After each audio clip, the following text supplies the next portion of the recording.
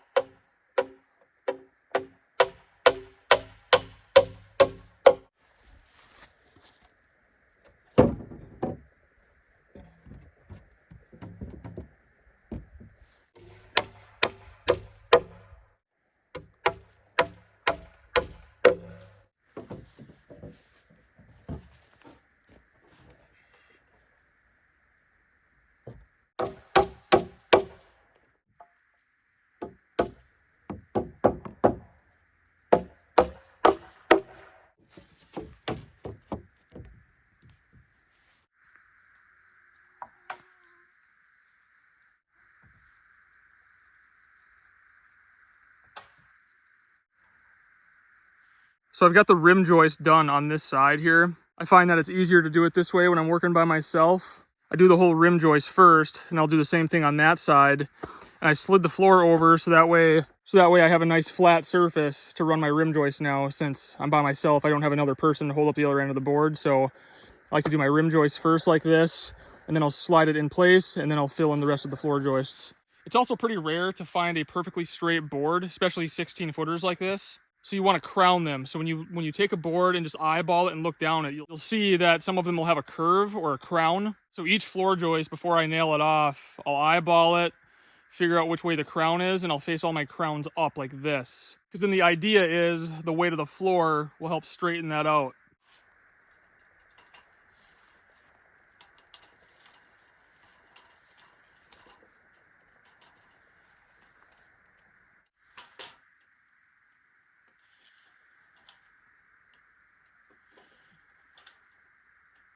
Okay, here's the rest of my floor joists. So I'll cut them all at 15 feet, 9 inches. I'll cut them all right now so that I can just lay them out, nail them on.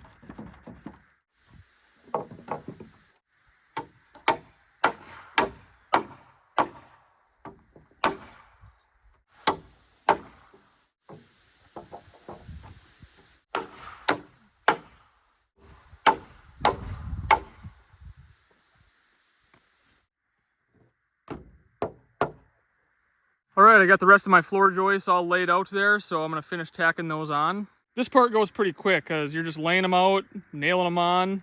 The blocking will take a little bit more time because we got to cut blocks between every floor joist, and I'm gonna have 3 rows of them. So that'll take a lot more time than this. It's a lot more cutting and a lot more nailing.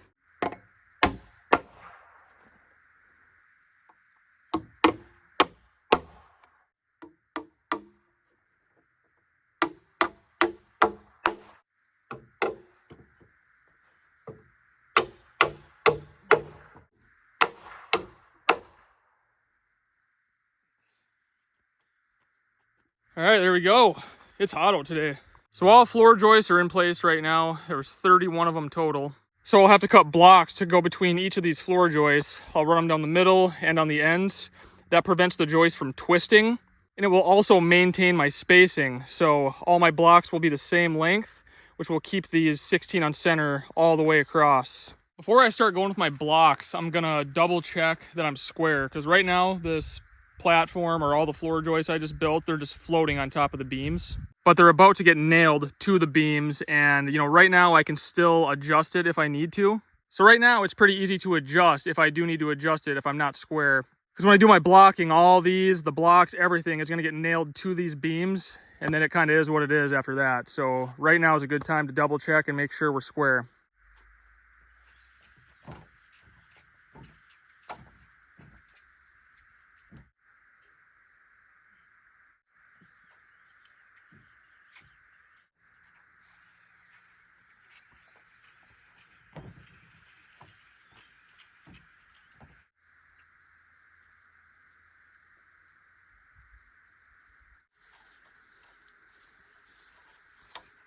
All right, I double checked it and we are right on, so that's good. If you were not square, square means you have a perfect, in this case it would be a rectangle, but that's what square is. It's a 90-degree angle on all 4 of your corners. So for square, you measure, there's other ways to check for square too, but kind of the easiest and most straightforward is you would have the same exact measurement from corner to corner diagonally. It should be the exact same number right on. If it's not, then it's no big deal to adjust it.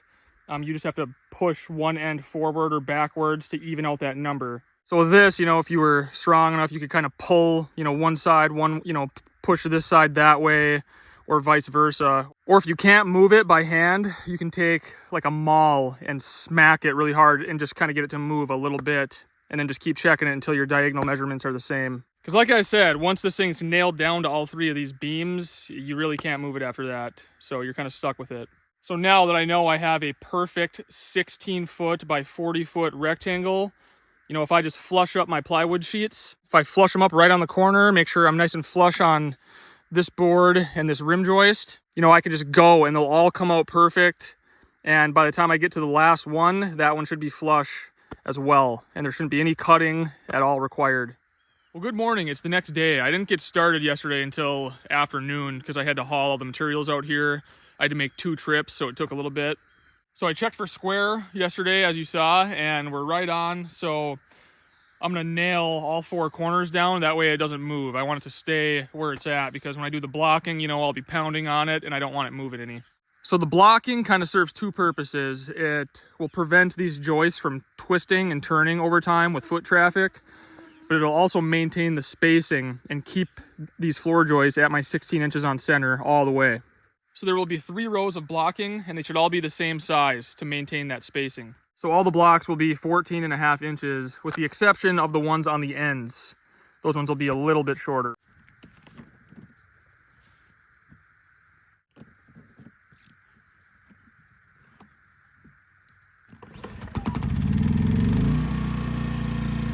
I'll get all my blocks kind of laid out in place.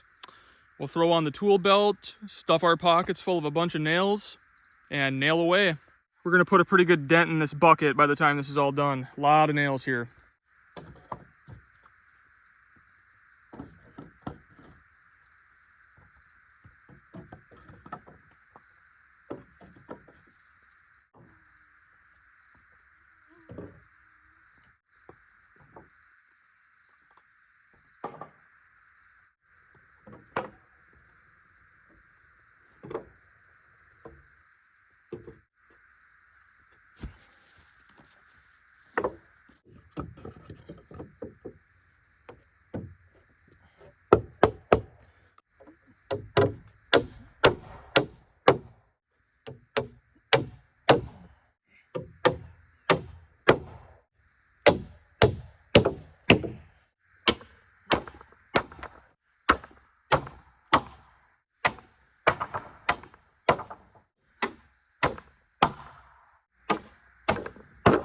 All right, I'm about halfway through with my blocking. 2 nails on each end, 2 toenails on each side. That ties the middle to this beam. Before I got too carried away, once I got a few in, I verified that I was keeping my 16 inches on center. So I can just go now and feel good that it'll remain 16 inches on center all the way through.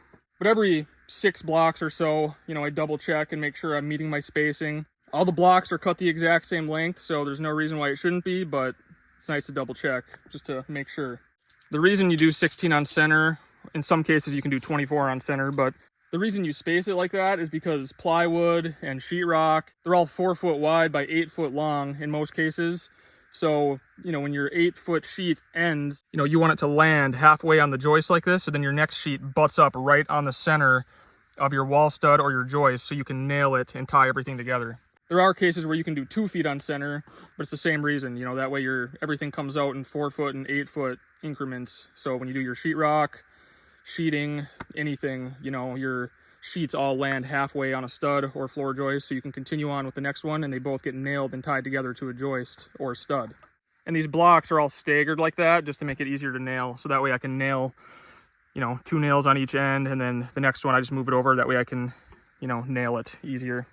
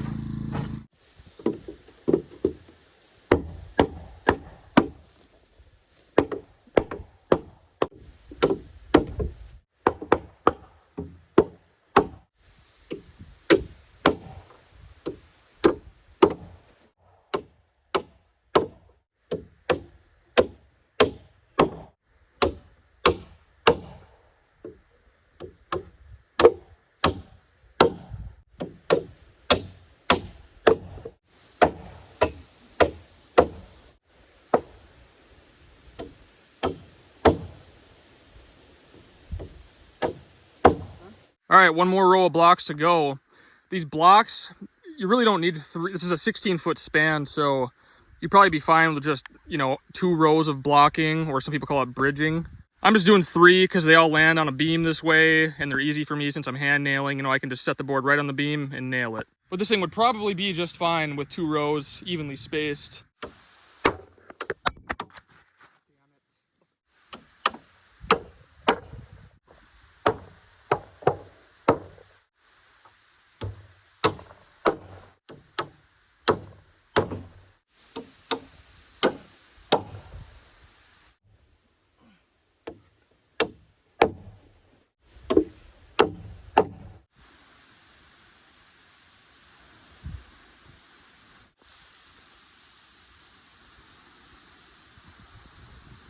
So everything is nailed off right now. So the floor joists all have toenails on each side going into the beams.